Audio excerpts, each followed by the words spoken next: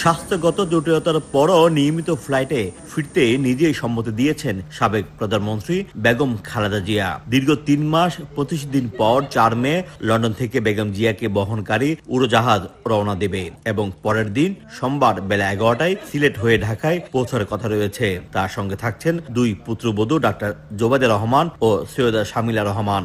আগামী রবিবার দিন ইনশাআল্লাহ বিমান বাংলাদেশ এয়ারলাইন্সের ফ্লাইটে উনি যাবেন।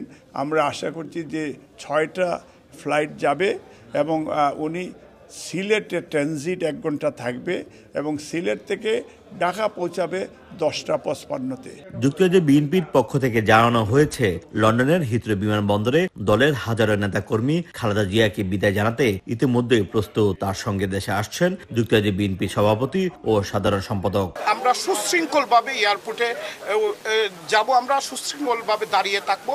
আমরা মা বেগম খালেদা জিয়ার জন্য দোয়া করব এবং আমরা এখানে বিদায় দেওয়ার জন্য সবাই দাঁড়িয়ে থাকবে এবং ওইখানে সালাম জানাবেন সবাই। উন্নত চিকিৎসার জন্য গত ৮ জানুয়ারি লন্ডনে আসেন খালেদা জিয়া। টানা ১৭ দিন দ্য লন্ডন ক্লিনিকে চিকিৎসা শেষে তিনি ছেলে তারেক রহমানের বাসায় অবস্থান করেন।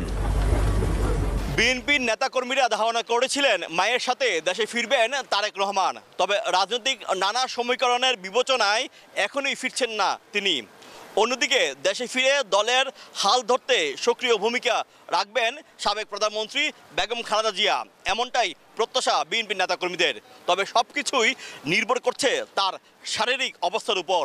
শোয়েব কবির, সময় সংবাদ, লন্ডন।